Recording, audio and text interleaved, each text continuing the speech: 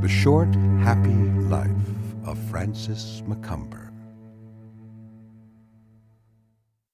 It was now lunchtime, and they were all sitting under the double green fly of the dining tent, pretending that nothing had happened. "Will you have lime juice or lemon squash?" Macomber asked. "I'll have a gimlet," Robert Wilson told him. "I'll have a gimlet, too. I need something," Macomber's wife said. "I suppose it's the thing to do," Macomber agreed. "Tell him to make 3 gimlets." The mess boy had started them already, lifting the bottles out of the canvas cooling bags that sweated wet in the wind that blew through the trees that shaded the tents. "What had I ought to give them?" Macomber asked. "Oh, a quid would be plenty," Wilson told him. "You don't want to spoil them." "Will the head man distribute it?" "Absolutely." Francis Macomber had half an hour before been carried to his tent from the edge of the camp in triumph on the arms and shoulders of the cook, the personal boys, the skinner, and the porters. The gun-bearers had taken no part in the demonstration. When the native boys put him down at the door of his tent, he had shaken all their hands, received their congratulations, and then gone into the tent and sat on the bed until his wife came in. She did not speak to him when she came in, and he left the tent at once to wash his face and hands in the portable wash basin outside and go over to the dining tent to sit in a comfortable canvas chair in the breeze and the shade. "You've got your lion," Robert Wilson said to him, "and a damned fine one, too." Mrs. Macomber looked at Wilson quickly. She was an extremely handsome and well-kept woman of the beauty and social position which had, 5 years before, commanded $5,000 as the price of endorsing, with photographs, a beauty product which she had never used. She had been married to Francis Macomber for 11 years. "He is a good lion, isn't he?" Macomber said. His wife looked at him now. She looked at both these men as though she had never seen them before. One, Wilson, the white hunter, she knew she had never truly seen before. He was about middle height, with sandy hair, a stubby mustache, a very red face, and extremely cold blue eyes with faint white wrinkles at the corners that grooved merrily when he smiled. He smiled at her now, and she looked away from his face at the way his shoulders sloped in the loose tunic he wore with the 4 big cartridges held in loops where the left breast pocket should have been, at his big brown hands, his old slacks, his very dirty boots, and back to his red face again. She noticed where the baked red of his face stopped in a white line that marked the circle left by his Stetson hat that hung now from one of the pegs of the tent pole. "Well, here's to the lion," Robert Wilson said. He smiled at her again, and not smiling, she looked curiously at her husband. Francis Macomber was very tall, very well built if you did not mind that length of bone. Dark, his hair cropped like an oarsman, rather thin-lipped, and was considered handsome. He was dressed in the same sort of safari clothes that Wilson wore, except that his were new. He was 35 years old, kept himself very fit, was good at court games, had a number of big-game fishing records, and had just shown himself very publicly to be a coward. "Here's to the lion," he said. "I can't ever thank you for what you did." Margaret, his wife, looked away from him and back to Wilson. "Let's not talk about the lion," she said. Wilson looked over at her without smiling, and now she smiled at him. "It's been a very strange day," she said. "Hadn't you ought to put your hat on even under the canvas at noon? You told me that, you know." "Might put it on," said Wilson. "You know, you have a very red face, Mr. Wilson," she told him, and smiled again. "Drink?" said Wilson. "I don't think so," she said. "Francis drinks a great deal, but his face is never red." "It's red today," Macomber tried a joke. "No," said Margaret, "it's mine that's red today, but Mr. Wilson's is always red." "It must be racial," said Wilson. "I say, you wouldn't like to drop my beauty as a topic, would you?" "I've just started on it." "Let's chuck it," said Wilson. "Conversation is going to be so difficult," Margaret said. "Don't be silly, Margot," her husband said. "No difficulty," Wilson said. Got a damn fine line." Margot looked at them both, and they both saw that she was going to cry. Wilson had seen it coming for a long time, and he dreaded it.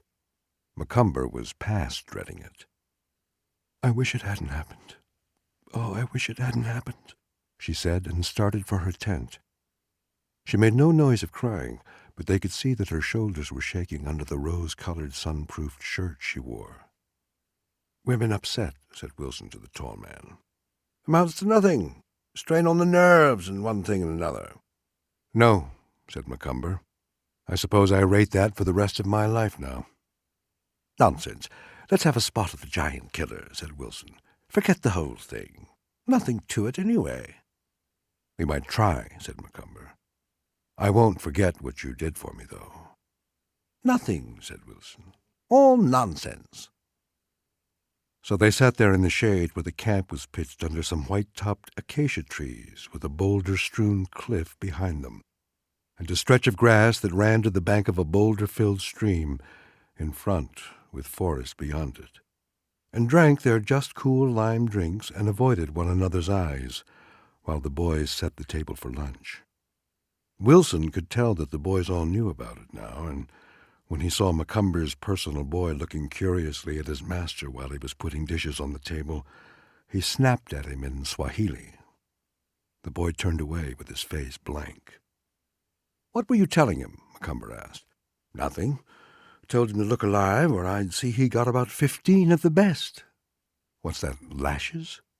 "It's quite illegal," Wilson said. "You're supposed to fine them." "Do you still have them whipped?" "Oh, yes, they could raise a row if they chose to complain, but they don't. They prefer it to the fines." "How strange," said Macomber. "Not strange, really," Wilson said. "Which would you rather do? Take a good birching or lose your pay?" Then he felt embarrassed at asking it, and before Macomber could answer, he went on. "We all take a beating every day, you know, one way or another." This was no better. Good God, he thought. I am a diplomat, aren't I? "Yes, we take a beating," said Macomber, still not looking at him. "I'm awfully sorry about that lion business. It doesn't have to go any further, does it? I mean, no one will hear about it, will they?" "You mean, will I tell it at the Mathaga Club?" Wilson looked at him now coldly. He had not expected this. So he's a bloody four-letter man as well as a bloody coward, he thought. I rather liked him, too, until today. But how was one to know about an American? "No," said Wilson. "I'm a professional hunter. We never talk about our clients. You can be quite easy on that. It's supposed to be bad form to ask us not to talk, though." He had decided now that to break would be much easier. He would eat then by himself and could read a book with his meals. They would eat by themselves. He would see them through the safari on a very formal basis. What was it the French called it? Distinguished consideration. And it would be a damn sight easier than having to go through this emotional trash. He'd insult him and make a good, clean break. Then he could read a book with his meals, and he'd still be drinking their whiskey. That was the phrase for it when the safari went bad. You ran into another white hunter, and you asked, "How's everything going?" And he answered, "Oh, I'm still drinking their whiskey," and you knew everything had gone to pot. "I'm sorry," Macomber said, and looked at him with his American face that would stay adolescent until it became middle-aged. And Wilson noted his crew-cropped hair, fine eyes only faintly shifty, good nose, thin lips, and handsome jaw. "I'm sorry, I didn't realize that. There are a lot of things I don't know." So what could he do, Wilson thought. He was all ready to break it off quickly and neatly, and here the beggar was apologizing after he had just insulted him. He made one more attempt. "Don't worry about me talking," he said. "I have a living to make. You know, in Africa no woman ever misses her lion, and no white man ever bolts." "I bolted like a rabbit," Macomber said. Now, what in hell were you going to do about a man who talked like that, Wilson wondered. Wilson looked at Macomber with his flat, blue machine-gunner's eyes, and the other smiled back at him. He had a pleasant smile if you did not notice how his eyes showed when he was hurt. "Maybe I can fix it up on Buffalo," he said. "We're after them next, aren't we?"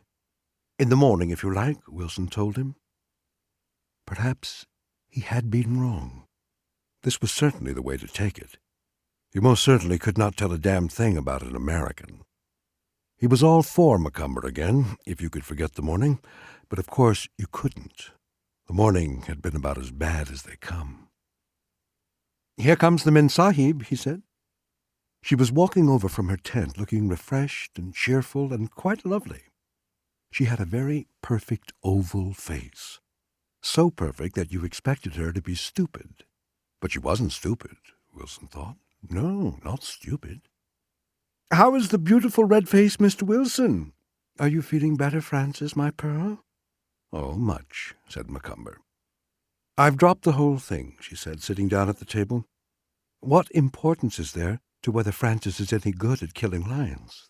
That's not his trade. That's Mr. Wilson's trade. Mr. Wilson is really very impressive killing anything. You do kill anything, don't you?" "Oh, anything," said Wilson. "Simply anything." They are, he thought, the hardest in the world. The hardest, the cruelest, the most predatory, and the most attractive, and their men have softened or gone to pieces nervously as they have hardened. Or is it that they pick men they can handle? They can't know that much at the age they marry, he thought. He was grateful that he had gone through his education on American women before now, because this was a very attractive one. "We're going after Buff in the morning," he told her. "I'm coming," she said. "No, you're not." "Oh, yes, I am. Mayn't I, Frances?" "Why not stay in camp?" "Not for anything," she said. "I wouldn't miss something like today for anything." When she left, Wilson was thinking, when she went off to cry, she seemed a hell of a fine woman. She seemed to understand, to realize, to be hurt for him and for herself, and to know how things really stood.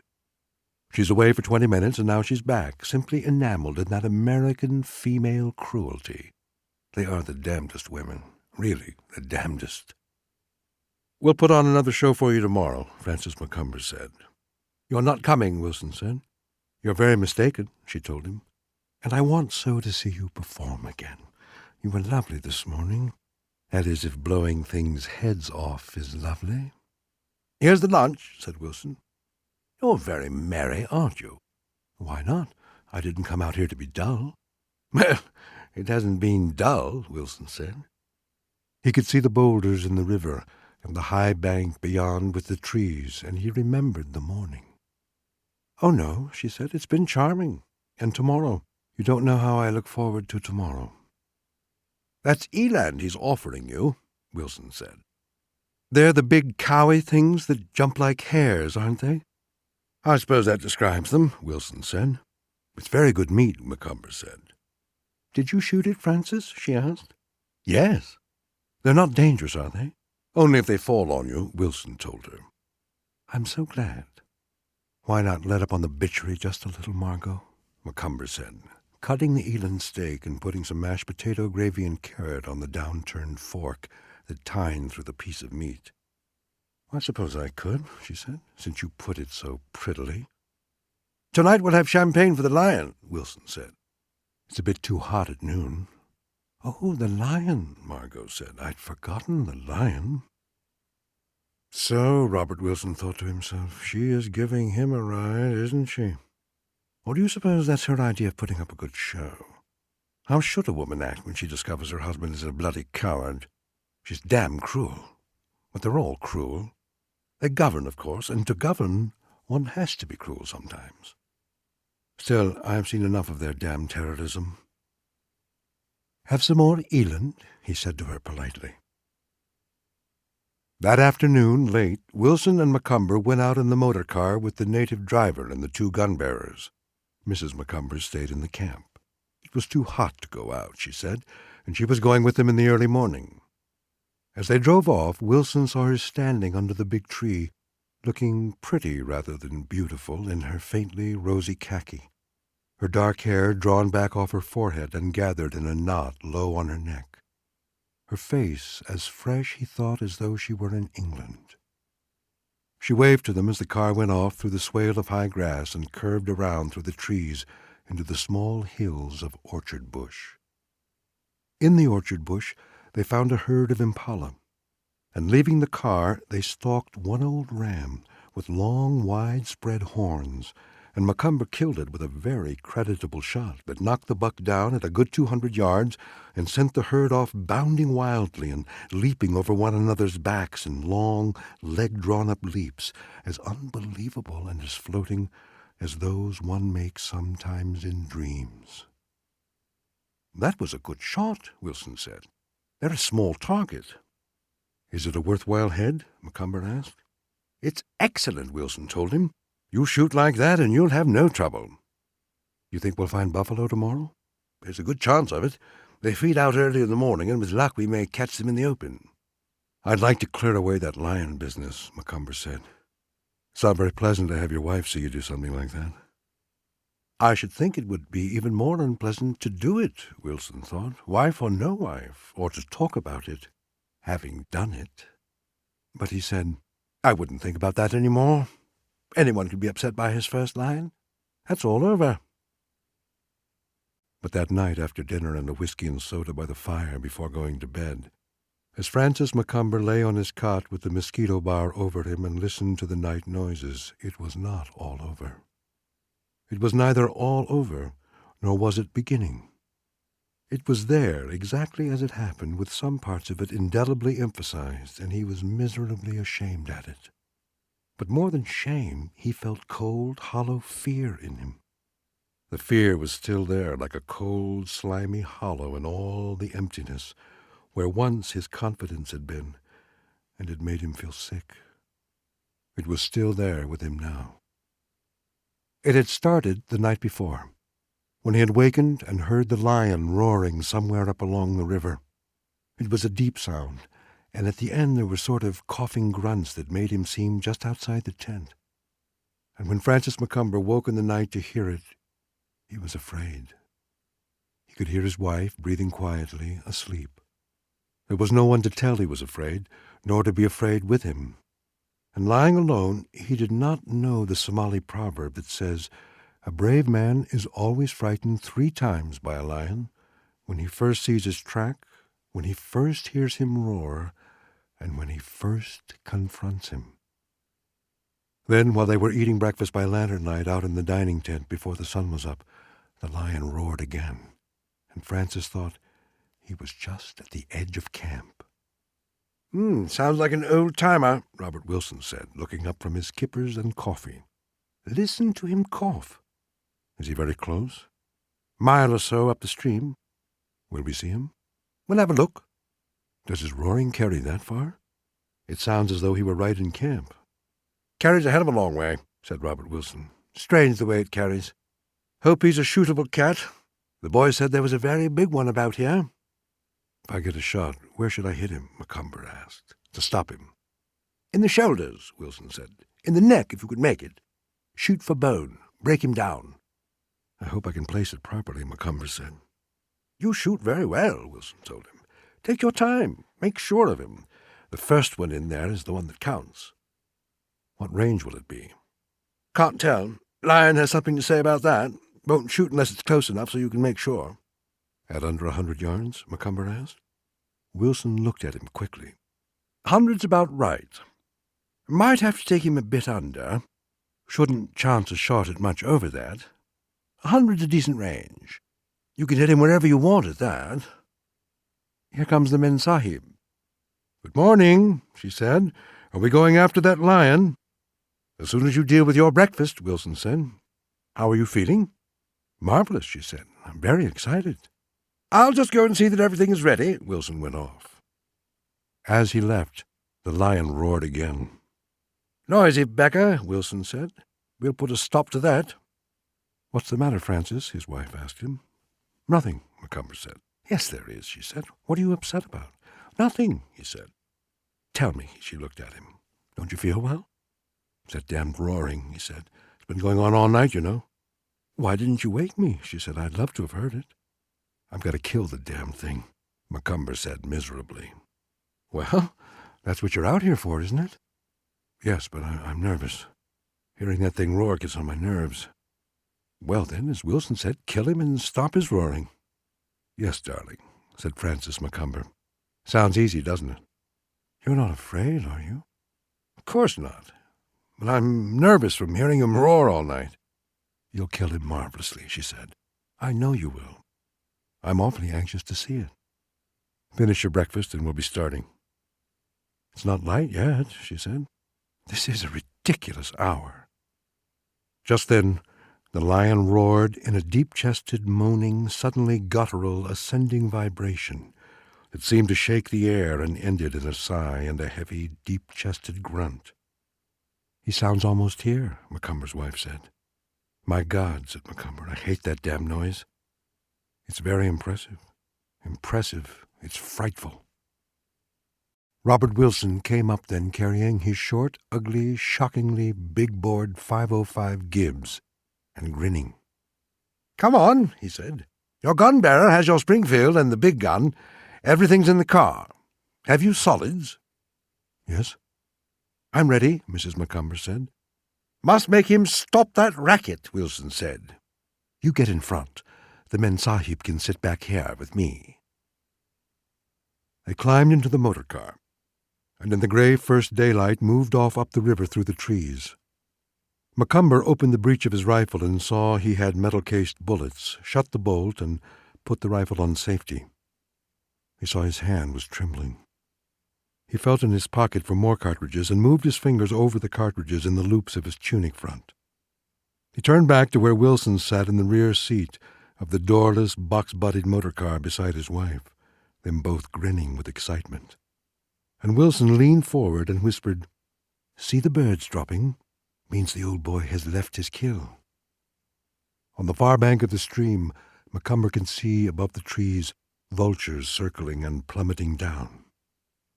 Chances are he'll come to drink along here, Wilson whispered, before he goes to lay up. Keep an eye out. They were driving slowly along the high bank of the stream, which here cut deeply to its boulder-filled bed, and they wound in and out through big trees as they drove. Macomber was watching the opposite bank when he felt Wilson take hold of his arm. The car stopped. There he is, he heard the whisper. Ahead, and to the right. Get out and take him. He's a marvelous lion. Macomber saw the lion now. He was standing almost broadside, his great head up and turned toward them.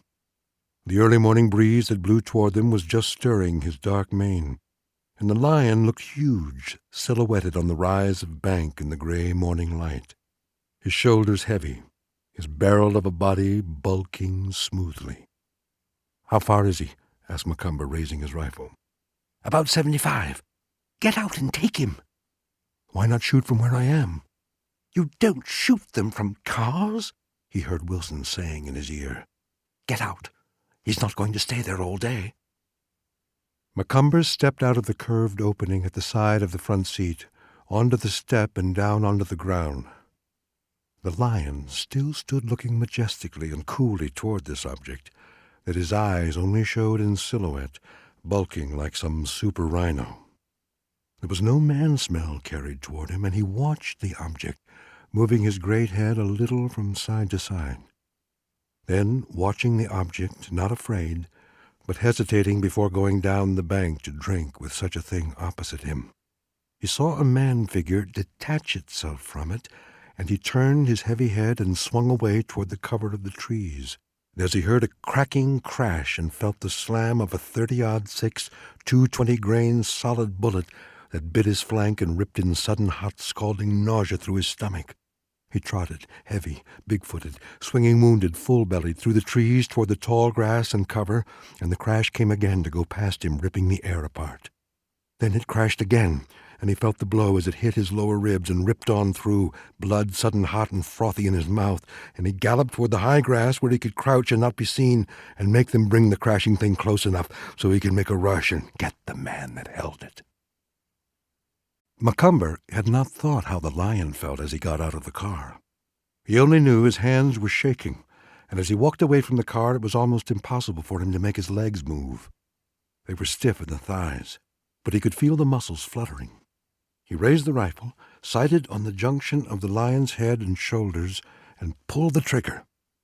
Nothing happened, though he pulled until he thought his finger would break. Then he knew he had the safety on, and as he lowered the rifle to move the safety over, he moved another frozen pace forward, and the lion, seeing his silhouette now clear of the silhouette of the car, turned and started off at a trot. And as Macomber fired, he heard a whunk that meant that the bullet was home. But the lion kept on going. Macomber shot again, and everyone saw the bullet throw a spout of dirt beyond the trotting lion. He shot again, remembering to lower his aim, and they all heard the bullet hit, and the lion went into a gallop and was in the tall grass before he had the bolt push forward.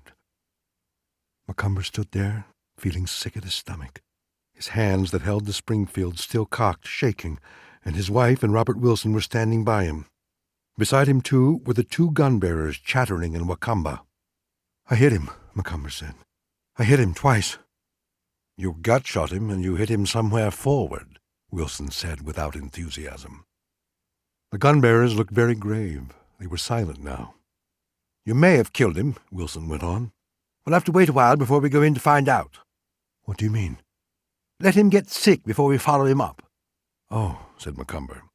"He's a hell of a fine lion," Wilson said cheerfully. "He's gotten into a bad place, though." "Why is it bad?" "Can't see him until you're on him." "Oh," said Macomber. "Come on," said Wilson. "The men sahib can stay here in the car. We'll go to have a look at the blood spoor." "Stay here, Margot," Macomber said to his wife. His mouth was very dry, and it was hard for him to talk. "Why?" she asked. "Wilson says to." "We're going to have a look," Wilson said. "You stay here. You can see even better from here." "All right." Wilson spoke in Swahili to the driver. He nodded and said, "Yes, Bwana." Then they went down the steep bank and across the stream, climbing over and around the boulders and up the other bank, pulling up by some projecting roots, and along it until they found where the lion had been trotting when Macomber first shot. There was dark blood on the short grass that the gun-bearers pointed out with grass stems, and that ran away behind the riverbank trees. "What do we do?" asked Macomber. "Not much choice," said Wilson. "We can't bring the car over. Bank's too steep. We'll let him stiffen up a bit, and then you and I'll go in and have a look for him." "Can't we set the grass on fire?" Macomber asked. "Too green." "Can't we send beaters?" Wilson looked at him appraisingly.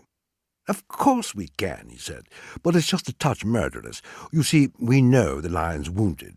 You can drive an unwounded lion. He'll move on ahead of a noise, but a wounded lion's going to charge.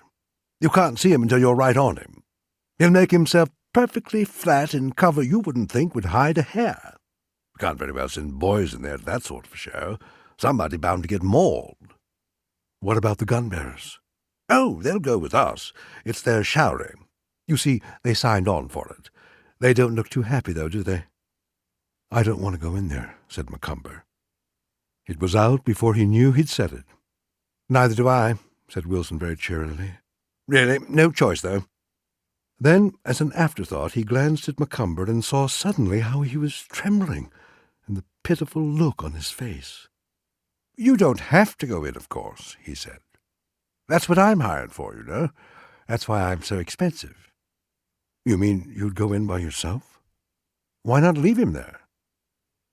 Robert Wilson, whose entire occupation had been with the lion and the problem he presented, and who had not been thinking about Macomber except to note that he was rather windy, suddenly felt as though he had opened the wrong door in a hotel and seen something shameful. "What do you mean?" "Why not just leave him?" "You mean pretend to ourselves he hasn't been hit?" "No, just drop it." "It isn't done." "Why not?" "For one thing, he's certain to be suffering. For another, someone else might run onto him." "I see." "But you don't have to have anything to do with it." "I'd like to," Macomber said. "I'm just scared, you know." "I'll go ahead when we go in," Wilson said, "with Congoni tracking. You keep behind me and a little to one side. Chances are we'll hear him growl. If we see him, we'll both shoot. Don't worry about anything. I'll keep you backed up. As a matter of fact, you know, perhaps you'd better not go. It might be much better. Why don't you go over and join the men sahib while I just get it over with?" "No, I want to go."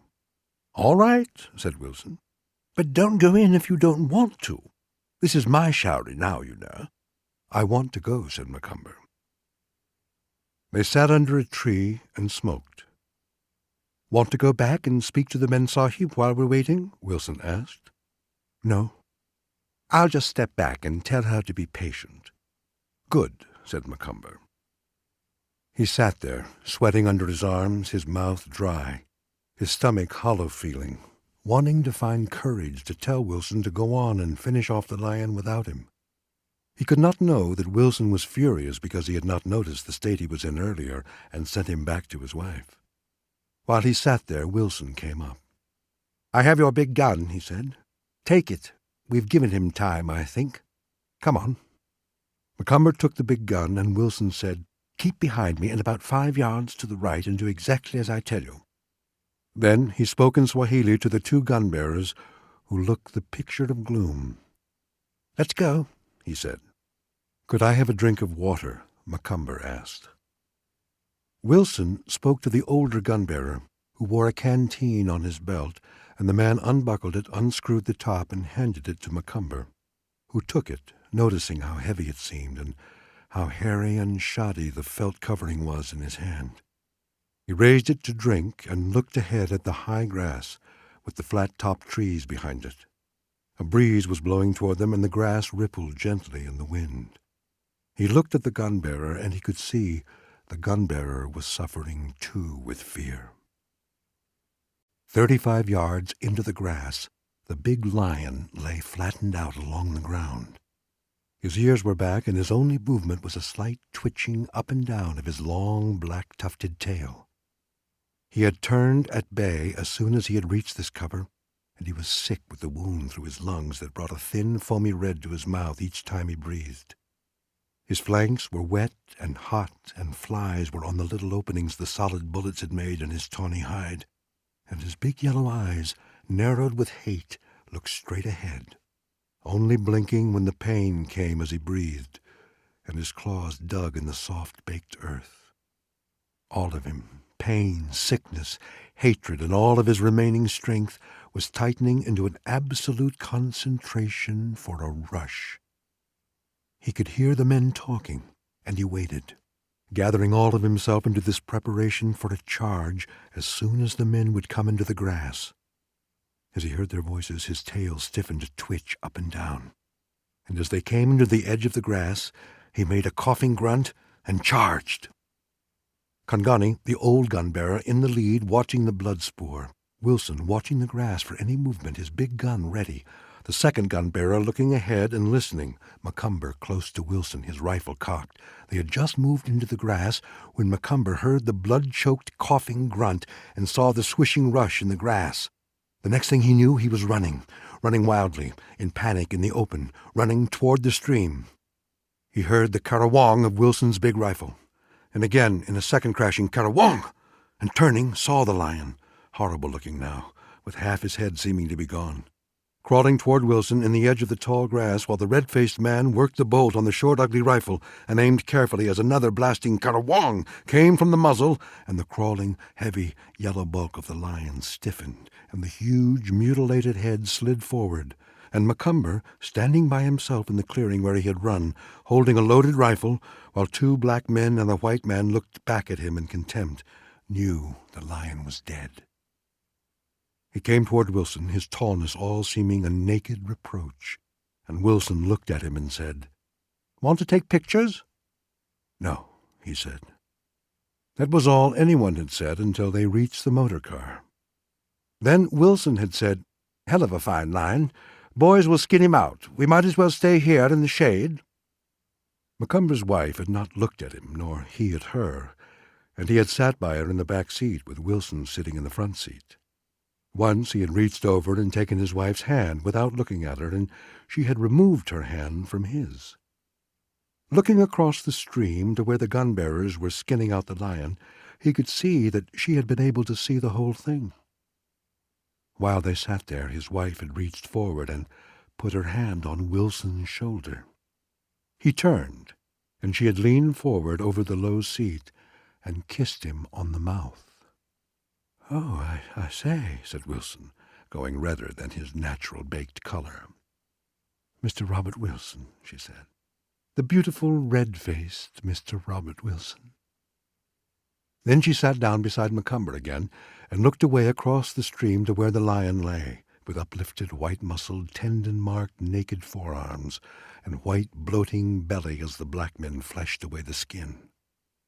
Finally, the gun-bearers brought the skin over, wet and heavy, and climbed in behind with it, rolling it up before they got in, and the motor car started. No one had said anything more until they were back in camp. That was the story of the lion. Macomber did not know how the lion had felt before he started his rush, nor during it when the unbelievable smash of the 505 with a muzzle velocity of 2 tons had hit him in the mouth, nor what kept him coming after that when the second ripping crash had smashed his hindquarters and he had come crawling on toward the crashing, blasting thing that had destroyed him. Wilson knew something about it, and only expressed it by saying, "Damned fine lion." But Macomber did not know how Wilson felt about things either. He did not know how his wife felt, except that she was through with him. His wife had been through with him before, but it never lasted. He was very wealthy, and would be much wealthier, and he knew she would not leave him ever now. That was one of the few things that he really knew. He knew about that, about motorcycles, that was earliest, about motor cars, about duck shooting, about fishing, trout, salmon, and big sea, about sex and books, many books, too many books, about all court games, about dogs, not much about horses, about hanging on to his money, about most of the other things his world dealt in, and about his wife not leaving him. His wife had been a great beauty, and she was still a great beauty in Africa, but she was not a great enough beauty any more at home to be able to leave him and better herself, and she knew it, and he knew it. She had missed the chance to leave him, and he knew it. If he had been better with women, she would probably have started to worry about him getting another new, beautiful wife. But she knew too much about him to worry about him either. Also, he had always had a great tolerance, which seemed the nicest thing about him, if it were not the most sinister. All in all, they were known as a comparatively happily married couple, one of those whose disruption is often rumored but never occurs. And as the society columnist put it, they were adding more than a spice of adventure to their much envied and ever-enduring romance by a safari in what was known as Darkest Africa, until the Martin Johnsons lighted it on so many silver screens where they were pursuing old Simba the lion, the buffalo, Tembo the elephant, and as well collecting specimens for the Museum of Natural History. This same columnist had reported them on the verge at least 3 times in the past, and they had been, but they always made it up. They had a sound basis of union. Margot was too beautiful for Macomber to divorce her, and Macomber had too much money for Margot ever to leave him. It was now about 3 o'clock in the morning, and Francis Macomber, who had been asleep a little while after he had stopped thinking about the lion, wakened and then slept again, woke suddenly, frightened in a dream of the bloody-headed lion standing over him, and listening while his heart pounded, he realized that his wife was not in the other cot in the tent. He lay awake with that knowledge for 2 hours. At the end of that time, his wife came into the tent, lifted her mosquito bar, and crawled cozily into bed. "Where have you been?" Macomber asked in the darkness. "Hello," she said. "Are you awake? Where have you been?" "I just went out to get a breath of air." "You did like hell." "What do you want me to say, darling? Where have you been?" "Out to get a breath of air." "That's a new name for it. You are a bitch." "Well, you are a coward." "All right," he said. "What of it?" "Nothing as far as I'm concerned. But please, let's not talk, darling, because I'm very sleepy." "You think that I'll take anything?" "I know you will, sweet." "Well, I won't." "Please, darling, let's not talk. I'm so very sleepy." "There wasn't going to be any of that. You promised there wouldn't be." "Well, there is now," she said sweetly. "You said that if we made this trip that there would be none of that. You promised." "Yes, darling, that's the way I meant it to be. But the trip was spoiled yesterday. We don't have to talk about it, do we?" You don't wait long when you have an advantage, do you? Please, let's not talk. I'm so sleepy, darling. I'm going to talk. Don't mind me, then, because I'm going to sleep. And she did. At breakfast, they were all three at the table before daylight, and Francis Macomber found that of all the many men that he had hated, he hated Robert Wilson the most. "Sleep well?" Wilson asked in his throaty voice, filling a pipe. "Did you?" "Topping," the white hunter told him. "You bastard," thought Macomber, "you insolent bastard." So she woke him when she came in, Wilson thought, looking at them both with his flat, cold eyes. But why doesn't he keep his wife where she belongs? What does he think I am, a bloody plaster saint? Let him keep her where she belongs. It's his own fault. "Do you think we'll find buffalo?" Margot asked, pushing away a dish of apricots. "Chance of it," Wilson said, and smiled at her. "Why don't you stay in camp?" "Not for anything," she told him. "Why not order her to stay in camp?" Wilson said to Macomber. "You order her," said Macomber coldly. "Let's not have any ordering, nor," turning to Macomber, "any silliness, Francis," Margot said quite pleasantly. "Are you ready to start?" Macomber asked. "Any time," Wilson told him. "Do you want the Memsahib to go?" "Does it make any difference to you whether I do or not?"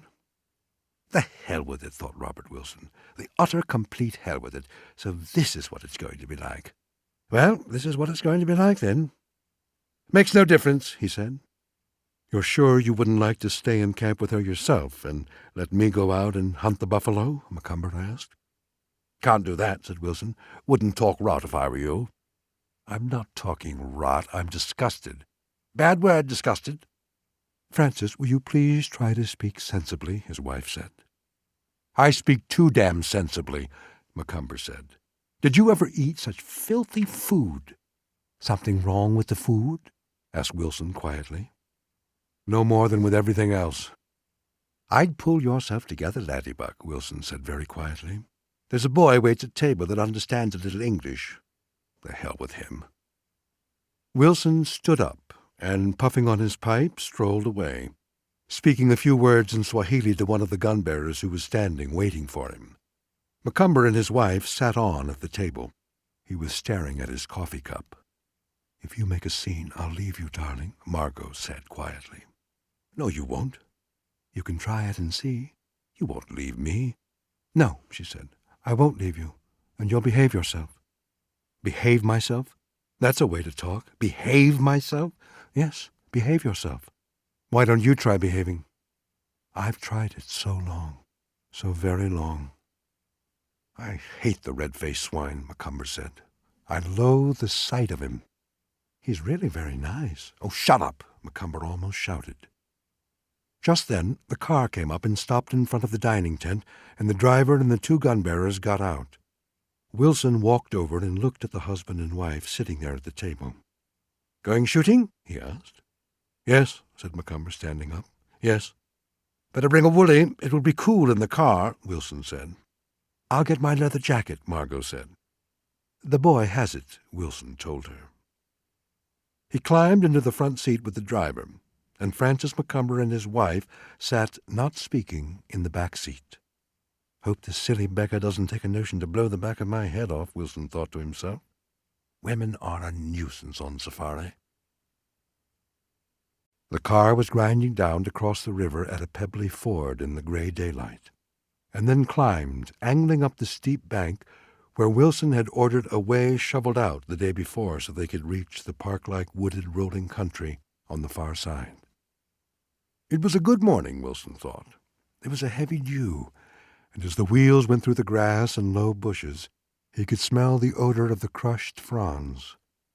It was an odor like verbena, and he liked this early morning smell of the dew, the crushed bracken and the look of the tree trunks showing black through the early morning mist, as the car made its way through the untracked park-like country. He had put the two in the back seat out of his mind now and was thinking about buffalo. The buffalo that he was after stayed in the daytime in a thick swamp where it was impossible to get a shot. But in the night they fed out into an open stretch of country, and if he could come between them and their swamp with the car, Macomber would have a good chance at them in the open. He did not want to hunt buff with Macomber in thick cover. He did not want to hunt buff or anything else with Macomber at all, but he was a professional hunter, and he had hunted with some rare ones in his time. If they got buff today, there would only be rhino to come, and the poor man would have gone through his dangerous game, and things might pick up. He'd have nothing more to do with the woman, and Macomber would get over that, too. He must have gone through plenty of that before by the look of things, poor beggar.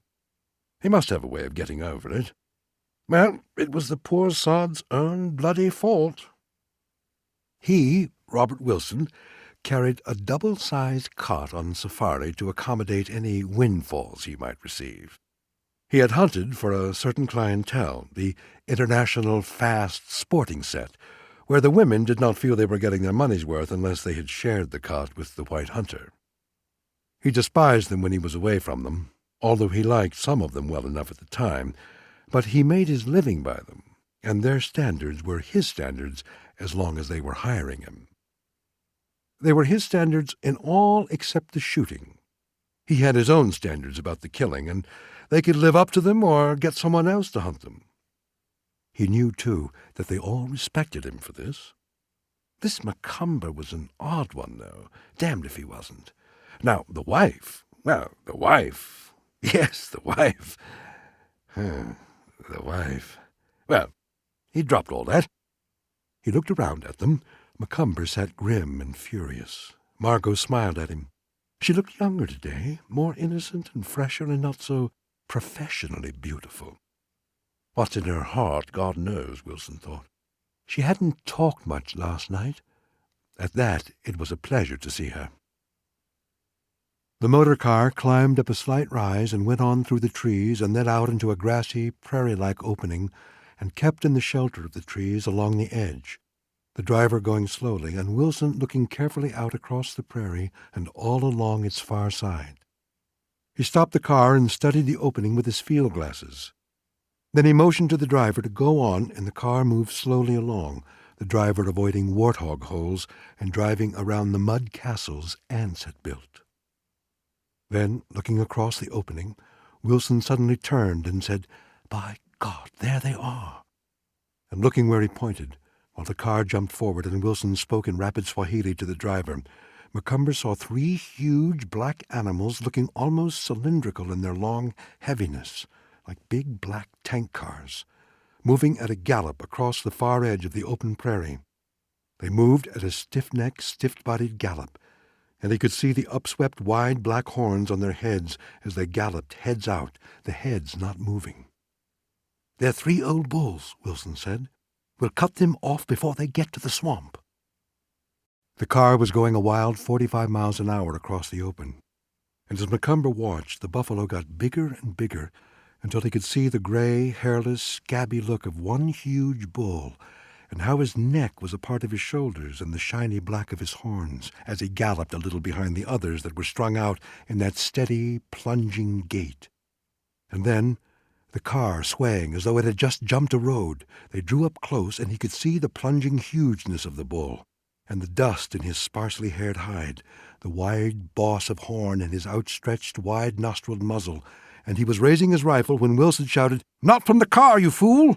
And he had no fear, only hatred of Wilson, while the brakes clamped on and the car skidded, plowing sideways to an almost stop, and Wilson was out on one side and he on the other, stumbling as his feet hit the still speeding by of the earth, and that he was shooting at the bull as he moved away, hearing the bullets whunk into him, emptying his rifle at him as he moved steadily away, finally remembering to get his shots forward into the shoulder, and as he fumbled to reload, he saw the bull was down on his knees, his big head tossing, and seeing the other 2 still galloping, he shot at the leader and hit him.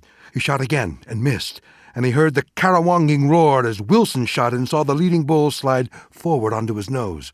"Get that other," Wilson said. "Now you're shooting."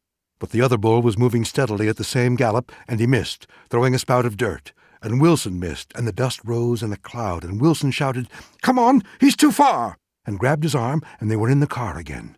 Macomber and Wilson hanging on the sides and rocketing swayingly over the uneven ground, drawing up on the steady, plunging, heavy-necked, straight-moving gallop of the bull. They were behind him, and Macomber was filling his rifle, dropping shells onto the ground, jamming it, clearing the jam. Then they were almost up with the bull when Wilson yelled, "Stop!" And the car skidded so that it almost swung over, and Macomber fell forward onto his feet, slammed his bolt forward, and fired as far forward as he could aim into the galloping, rounded black back, aimed and shot again, then again, and the bullets, all of them hitting, had no effect on the buffalo that he could see. Then Wilson shot, the roar deafening him, and he could see the bull stagger. Macomber shot again, aiming carefully, and down he came onto his knees.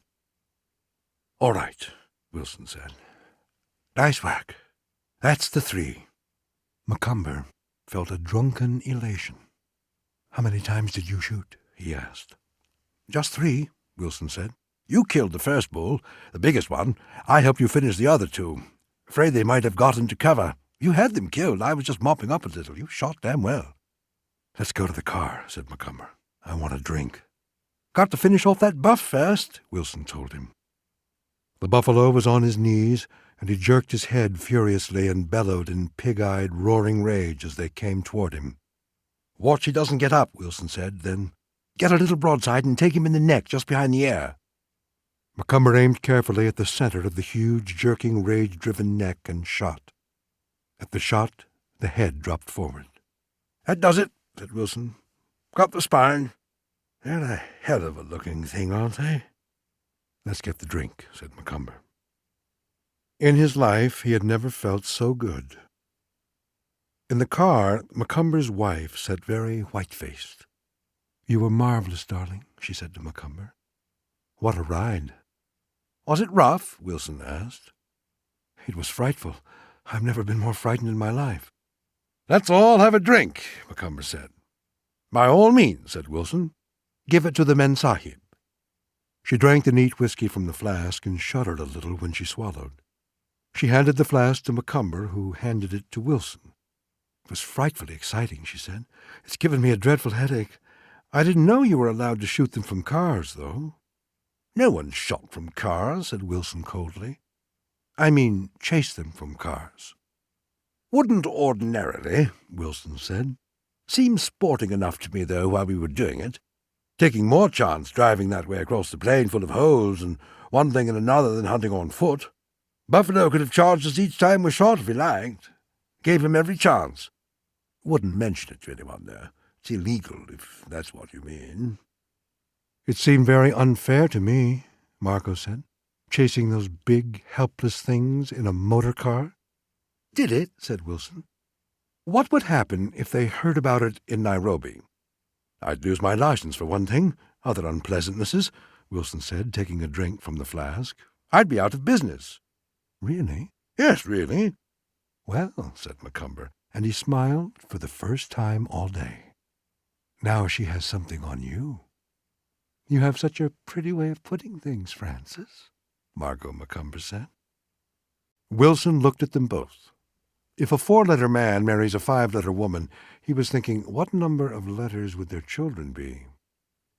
What he said was, "We lost the gun-bearer. Did you notice it?" "My God, no," Macomber said. "Here he comes," Wilson said. "He's all right. He must have fallen off when we left the first bull." Approaching them was the middle-aged gun-bearer, limping along in his knitted cap, khaki tunic, shorts, and rubber sandals, gloomy-faced and disgusted-looking. As he came up, he called out to Wilson in Swahili, and they all saw the change in the white hunter's face. "What does he say?" asked Margot. "He says, 'The first bull got up and went into the bush,'" Wilson said with no expression in his voice. "Oh," said Macomber blankly. "Then it's going to be just like the lion," said Margot, full of anticipation.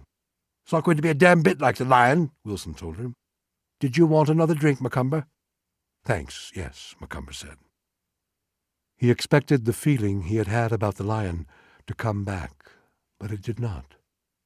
For the first time in his life, he really felt wholly without fear. Instead of fear, he had a feeling of definite elation. "We'll go and have a look at the second bull," Wilson said. "I'll tell the driver to put the car in the shade." "What are you going to do?" asked Margaret Macomber. "Take a look at the buff," Wilson said. "I'll come." "Come along." The 3 of them walked over to where the second buffalo bulked blackly in the open, head forward on the grass, the massive horns swung wide. "He's a very good head," Wilson said. "That's close to a 50-inch spread." Macomber was looking at him with delight. "He's hateful looking," said Margot. "Can't we go into the shade?" "Of course," Wilson said. "Look," he said to Macomber and pointed. "See that patch of bush?" "Yes." "That's where the first bull went in. The gun-bearer said when he fell off, the bull was down. He was watching us heading along and the other two buff galloping. When he looked up, there was the bull up and looking at him. Gun-bearer ran like hell, and the bull went off slowly into that bush." "Can we go in after him now?" asked Macomber eagerly. Wilson looked at him appraisingly. "Damned if this isn't a strange one," he thought. "Yesterday he's scared sick, and today he's a ruddy fire-eater." "No, we'll give him a while." "Let's please go into the shade," Margot said. Her face was white, and she looked ill. They made their way to the car, where it stood under a single wide-spreading tree, and all climbed in. "Chances are he's dead in there," Wilson remarked. "After a little we'll have a look." Macomber felt a wild, unreasonable happiness that he had never known before. "By God, that was a chase," he said. "I've never felt any such feeling. Wasn't it marvelous, Margot?" "I hated it." "Why?" "I hated it," she said bitterly. "I loathed it." "You know, I don't think I'd ever be afraid of anything again," Macomber said to Wilson. "Something happened in me after we first saw the buff and started after him, like a dam bursting. It was pure excitement." "Cleans out your liver," said Wilson. "Damn funny things happen to people." Macomber's face was shining. "You know, something did happen to me," he said. "I feel absolutely different." His wife said nothing and eyed him strangely. She was sitting far back in the seat, and Macomber was sitting forward talking to Wilson, who turned sideways over the back of the front seat. "You know, I'd like to try another lion," Macomber said. "I'm really not afraid of them now. After all, what can they do to you?" "That's it," said Wilson. "Worst one can do is kill you. How does it go? Shakespeare. Damn good. See if I can remember. Damn good. Used to quote it to myself at one time. Let's see. By my troth, I care not. A man can die but once. We owe God a death, and let it go which way it will. He that dies this year is quit for the next. Damned fine, eh?" He was very embarrassed, having brought out this thing he had lived by, but he had seen men come of age before, and it always moved him. It was not a matter of their 21st birthday. It had taken a strange chance of hunting, a sudden precipitation into action without opportunity for worrying beforehand to bring this about with Macomber. But regardless of how it had most certainly happened. "Look at the beggar now," Wilson thought. "It's that some of them stay little boys so long," Wilson thought, "sometimes all their lives. Their figures stay boyish when they're 50. The great American boy men. Damn strange people. But he liked this Macomber now. Damn strange fellow. Probably meant the end of cuckoldry, too.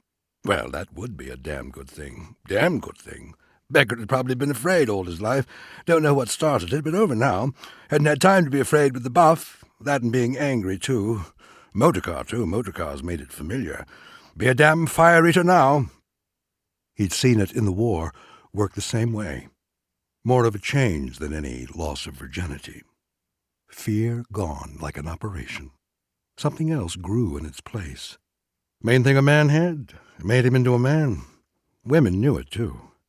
No bloody fear. From the far corner of the seat, Margaret Macomber looked at the two of them. There was no change in Wilson. She saw Wilson as she had seen him the day before when she had first realized what his great talent was. But she saw the change in Francis Macomber now. "Do you have that feeling of happiness about what's going to happen?" Macomber asked, still exploring his new wealth. "You're not supposed to mention it," Wilson said, looking in the other's face. "Much more fashionable to say you're scared. Mind you, you'll be scared, too, plenty of times." "But you have a feeling of happiness about action to come?" "Yes," said Wilson. "There's that. Doesn't do to talk too much about all this. Talk the whole thing away. No pleasure in anything if you mouth it up too much." "You're both talking rot," said Margot. "Just because you've chased some helpless animals in a motor car, you talk like heroes." "Sorry," said Wilson. "I have been gassing too much." She's worried about it already, he thought. If you don't know what we're talking about, why not keep out of it? Macomber asked his wife. You've gotten awfully brave, awfully suddenly, his wife said contemptuously, but her contempt was not secure. She was very afraid of something. Macomber laughed a very natural, hearty laugh. You know I have, he said. I really have. Isn't it sort of late? Margot said bitterly. Because she had done the best she could for many years back. And the way they were together now was no one person's fault. Not for me, said Macomber. Margot said nothing, but sat back in the corner of the seat. Do you think we've given him time enough? Macomber asked Wilson cheerfully. We might have a look, Wilson said. Have you any solids left? The gun-bearer has some. Wilson called in Swahili, and the older gun-bearer, who was skinning out one of the heads, straightened up, pulled a box of solids out of his pocket, and brought them over to Macomber, who filled his magazine and put the remaining shells in his pocket. You might as well shoot the Springfield, Wilson said. You're used to it. We'll leave the Mannlicher in the car with the Mensahi. Your gun-bearer can carry your heavy gun. I've this damned cannon. Now, let me tell you about them. He had saved this until the last because he did not want to worry Macomber. When a buff comes, he comes with his head high and thrusts straight out. The boss of the horns covers any sort of a brain shot. The only shot is straight into the nose. The only other shot is into his chest, or, if you're to one side, into the neck or the shoulders. After they've been hit once, they take a hell of a lot of killing. Don't try anything fancy. Take the easiest shot there is. They've finished skinning out that head now. Shall we get started? He called to the gun-bearers, who came up wiping their hands, and the older one got into the back. I'll only take Congoni, Wilson said. The other can watch to keep the birds away. As the car moved slowly across the open space toward the island of brushy trees that ran in a tongue of foliage along a dry watercourse that cut the open swale, Macomber felt his heart pounding and his mouth was dry again. But it was excitement, not fear. Here's where he went in, Wilson said. Then to the gun-bearer in Swahili. Take the blood spoor. The car was parallel to the patch of bush. Macomber, Wilson, and the gun-bearer got down. Macomber, looking back, saw his wife with the rifle by her side, looking at him. He waved to her, and she did not wave back. The brush was very thick ahead, and the ground was dry. The middle-aged gun-bearer was sweating heavily, and Wilson had his hat down over his eyes, and his red neck showed just ahead of Macomber. Suddenly the gun-bearer said something in Swahili to Wilson and ran forward. He's dead in there, Wilson said. Good work. And he turned to grip Macomber's hand. And as they shook hands, grinning at each other, the gun-bearer shouted wildly, and they saw him, coming out of the bush sideways, fast as a crab, and the bull coming, nose out, mouth tight closed, blood dripping, massive head straight out, coming in a charge, his little pig eyes bloodshot as he looked at them. Wilson, who was ahead, was kneeling, shooting, and Macomber, as he fired, unhearing a shot in the roaring of Wilson's gun, saw fragments like slate burst from the huge boss of the horns, and the head jerked. He shot again at the wide nostrils and saw the horns jolt again, and fragments fly, and he did not see Wilson now, and aiming carefully, shot again with the buffalo's huge bulk almost on him, and his rifle almost level with the oncoming head, nose out, and he could see the little wicked eyes, and the head started to lower, and he felt a sudden, white-hot, blinding flash explode inside his head. And that was all he ever felt. Wilson had ducked to one side to get in a shoulder shot. Macomber had stood solid and shot for the nose, shooting a touch high each time and hitting the heavy horns, splintering and chipping them like hitting a slate roof. And Mrs. Macomber in the car had shot at the buffalo with the 6.5 Mannlicher as it seemed about to gore Macomber, and had hit her husband about 2 inches up and a little to one side of the base of his skull. Francis Macomber lay now, face down, not 2 yards from where the buffalo lay on his side, and his wife knelt over him with Wilson beside her. I wouldn't turn him over, Wilson said. The woman was crying hysterically. I'd get back in the car, Wilson said. Where's the rifle? She shook her head, her face contorted. The gun-bearer picked up the rifle. Leave it as it is, said Wilson. Then go get Abdallah so that he may witness the manner of the accident. He knelt down, took a handkerchief from his pocket, and spread it over Francis Macomber's crew-cropped head where it lay. The blood sank into the dry, loose earth. Wilson stood up and saw the buffalo on his side, his legs out, his thinly haired belly crawling with ticks. Hell of a good bull, his brain registered automatically. A good 50 inches or better. Better. He called to the driver and told him to spread a blanket over the body and stay by it. Then he walked over to the motor car where the woman sat crying in the corner. "That was a pretty thing to do," he said in a toneless voice. "He would have left you, too." "Stop it," she said. "Of course it's an accident," he said. "I know that." "Stop it," she said. "Don't worry," he said. "There will be a certain amount of unpleasantness, but I will have some photographs taken that will be very useful at the inquest. There's the testimony of the gun-bearers and the driver, too. You're perfectly all right." "Stop it," she said. "There's a hell of a lot to be done," he said. "And I'll have to send a truck off to the lake to wireless for a plane to take the 3 of us into Nairobi." "Why didn't you poison him? That's what they do in England." "Stop it, stop it, stop it," the woman cried. Wilson looked at her with his flat blue eyes. "I'm through now," he said. "I was a little angry. I'd begun to like your husband." "Oh, please stop it," she said. "Please, please stop it." "That's better," Wilson said. "Please is much better. Now I'll stop."